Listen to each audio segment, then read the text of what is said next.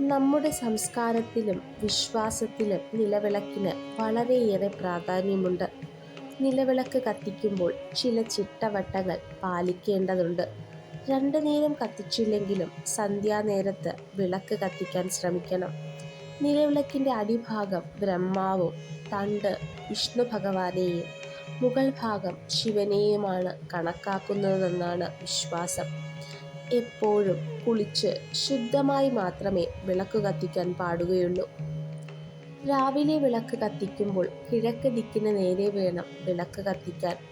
ഇത് നിങ്ങളുടെ എല്ലാ ദുഃഖങ്ങൾക്കും പരിഹാരം കാണാനും സങ്കടങ്ങളും മഹാവ്യാധികളും ഇല്ലാതാക്കാനും സഹായിക്കുന്നു.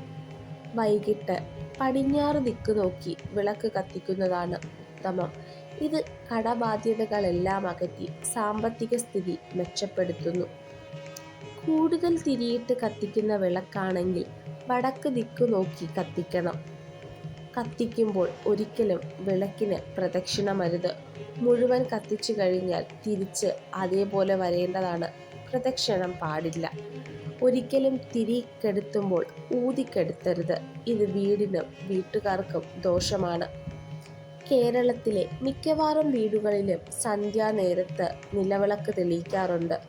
വീടും പരിസരവും ശുചിയാക്കി ദേഹശുദ്ധിയോടെ നിലവിളക്ക് തെളിയിക്കുന്നത് വീട്ടിൽ ഐശ്വര്യം കൊണ്ടുവരുമെന്നാണ് വിശ്വാസം. എന്നാൽ നിലവിളക്ക് തെളിയിക്കുമ്പോൾ ചില കാര്യങ്ങൾ ശ്രദ്ധിച്ചില്ലെങ്കിലും ദോഷഫലങ്ങൾ ഉണ്ടാവുമെന്ന് വിശ്വാസമുണ്ട്. നിലവിളക്കിൻ്റെ ചൈതന്യ സ്രോതസ്സിൻ്റെ ഭാരം ഭൂമിദേവിക്ക് നേരിട്ട് താങ്ങാത്തതിനാൽ വെറും നിലത്ത് വിളക്ക് വയ്ക്കാൻ പാടില്ല. പീഠത്തിന് മുകളിലോ തളികയിലോ വയ്ക്കണം. കിഴക്ക് ദിക്കിലേക്കും പടിഞ്ഞാറ് ദിക്കിലേക്കും 2 തിരികൾ കൂപ്പുകൈയുടെ വീതിയിലിട്ട് വിളക്ക് കൊളുത്തണം. വിവാഹ തടസ്സം നീങ്ങാൻ ചുവപ്പ് തിരി കൊളുത്തുന്നതാണ് ഉത്തമം. മനസ്സിൻ്റെ ദുഃഖം മാറാൻ മഞ്ഞത്തിരി കത്തിക്കാം. ഒറ്റത്തിരി മഹാവ്യാധിയെ വിളിച്ചു വരുത്തുന്നു. 2 തിരി തെളിയിക്കുന്നത് ധനലാഭം തരും. 3ഉം 4ഉം തിരിയിടുന്നത് ദാരിദ്ര്യത്തിന് കാരണമാവും. 5 തിരിയിടുന്നത് ദുരിതങ്ങൾ ഒഴിഞ്ഞ് ഐശ്വര്യം പ്രദാനം ചെയ്യും. വിളക്കിലെ എണ്ണ മുഴുവൻ വറ്റി കരിന്തിരി കത്തുന്നത് അശുഭമാണ്. തിരി ഒരിക്കലും ഊതിക്കെടുത്തരുത്.